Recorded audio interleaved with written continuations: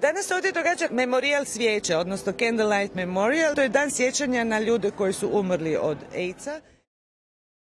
Želimo donijeti poruku da se s tom bolešću danas može živjeti i da imati tu bolest ne znači automatski umrijeti. Well, as you can see, today we have a day dedicated to remembrance of HIV/AIDS victims. It's an event largely to advocate for equal treatment of people with AIDS.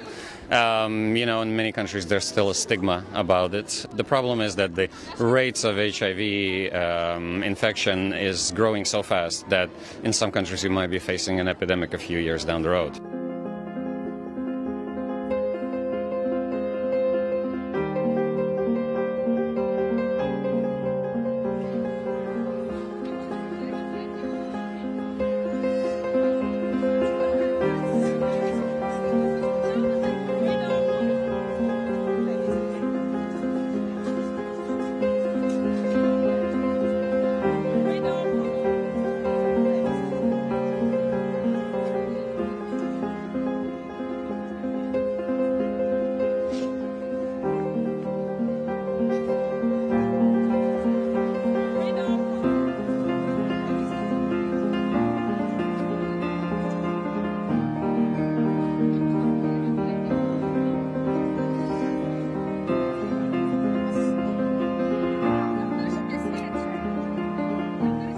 Recite mi simbolika crvene vrpce ili red ribbona. Znači ljubav, znači suosjećanje, znači krv jer je crvena boja i zapravo na neki način se povezuje sa HIV/AIDS-om na taj način.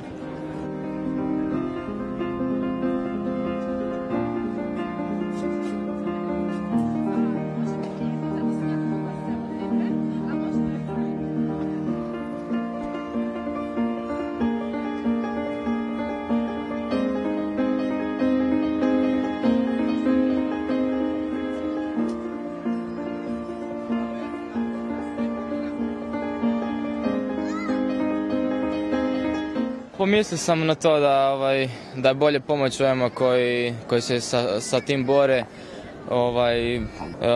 Rađe pomažem ljudima nego da gledam da se ekipa muči. Drago mi je što sam danas ovdje na ovom memorijalu svijeća, jer ovo je zapravo jedan uvod u sve događanja koje će se na neki način kroz aktivnosti i HUHIV-a i UNDP-a događati do 1.12. ove godine, a 1.12. je svjetski dan AIDS-a. Drago mi je što ćemo na neki način ovaj period tokom sljedećih mjesec dana i kroz zakonodavnu regulativu zapravo riješiti mnoga pitanja, prvenstveno kroz nacionalni program za HIV/AIDS. To je program koji će pokriti period od sljedećih 5 godina, znači od ove godine do 2010.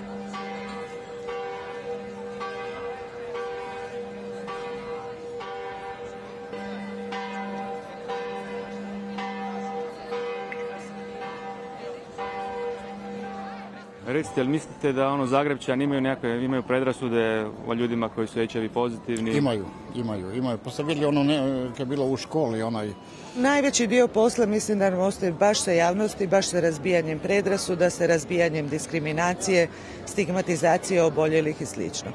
Recimo u jednim novinama je bilo koliko možemo vjerovati novinskim anketama, da svega 30% poslodavaca bi bilo spremno zaposliti nekoga ko je istospolne seksualne orijentacije. Pa da, ljudi loše gledaju na to, imaju jako nisko mišljenje i baš se u Hrvatskoj uopće se nisu proslavili tako ljudi, bar ne za sad. Makar oni, koliko sam skužio, zauzimaju velik broj stanovništva, sve više i više, a sad malo ih je, ali sve više i više, da. I niko ne bi imao kontakta sa njima, kao svi bi htjeli da se odlijepi od tih ljudi, da ne kad bi saznali. Pa promijenilo se mnogo toga u zadnje vrijeme. Na istoj razini je možda kad se radi o nasilju, nekakvom i uličnom nasilju, tu se malo toga promijenilo i dalje je ostalo prilično isto kao i prije. Pa imam nekakve presude prema pederima, ali sad ne baš da bih, išao tući po Zrinjevcu i tako. Pa mislim da zapravo još uvijek postoje dosta predrasuda o osobama koje su HIV pozitivne i mislim da zapravo na tom području još imamo puno posla i da trebamo educirati kako mladi kadar, mlade ljude, kroz škole, kroz osnovne i srednje škole, a isto tako i opću populaciju, osobe koje su ipak i starije životne dobi, jer nema razloga da zapravo stigmatiziramo osobe koje su HIV pozitivne, koje su zaradile taj virus na bilo koji način. Nije nikada svejedno, ali morate trpiti jer takav je život. Ne možete nikoga odbaciti. Zašto odbaciti nekoga? Svi trebamo živjeti, ne? Treba se pomoći ako se može, ne?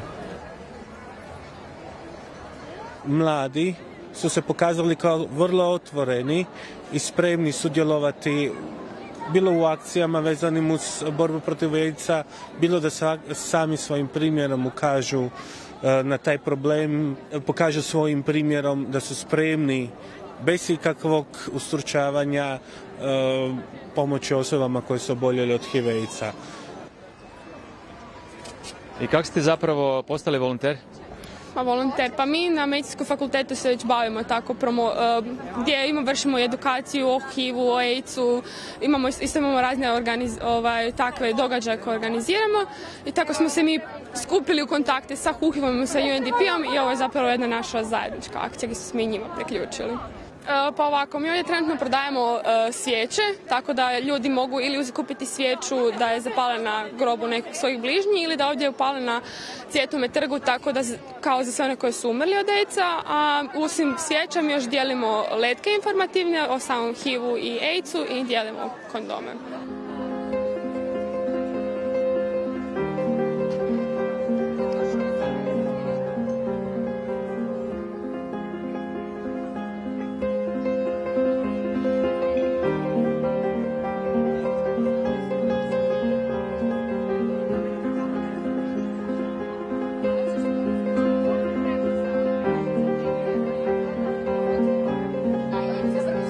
Kakav je bio odaziv prolaznika, možete mi reći? Pa evo, jako lijep je bio odaziv, ljudi su stvarno zainteresirani i dosta toga je bilo, čak nekakvih donacija, ljudi ne bi ni uzeli svijeće, ali bi ostavili donacije. Pa uglavnom dobar. Ljude koje zaustavljamo i tražimo i kažemo im o čem se radi, objasnimo im situaciju, onda uglavnom kupe. Pa neki su komentirali da je baš lijepo od nas to što radimo i puno sreće i dalje. Neki su imali svoje komentare o AIDS-u i tako. Je li bilo nekih negativnih komentara ili ovak dobacivanja? Pa gledajte, uvijek ima ljudi koji onako uopće nisu zainteresirani, niti žele ništa znati, a ima i neki koji čisto iz dosade dolaze vidjeti šta ima, ali opet mislim da je dosta dobar odaziv. Sad je malo pauza, ali onako hrpu smo svijeća prodali i tako, zadovoljni smo. Ko je došao od poznatih osoba? Jeste vidjeli nekog? Pa Bandić je došao za početak. Pa na poziv ljudi koji ulažu svoje slobodno vrijeme da poklone pažnju i brigu o drugima, da smo ovdje zapaliti svijeću za sve one koji su preminuli od AIDS-a i s druge strane da idemo dalje bez AIDS-a. Pitali su me da li bi napisao neku poruku, a ja sam napisao idemo dalje bez AIDS-a. I sve naše ustanove zdravstvene u gradu Zagrebu imaju prioritet u sprečavanju te, nažalost, galopirajuće i opake bolesti. Činimo sve da toga bude što manje.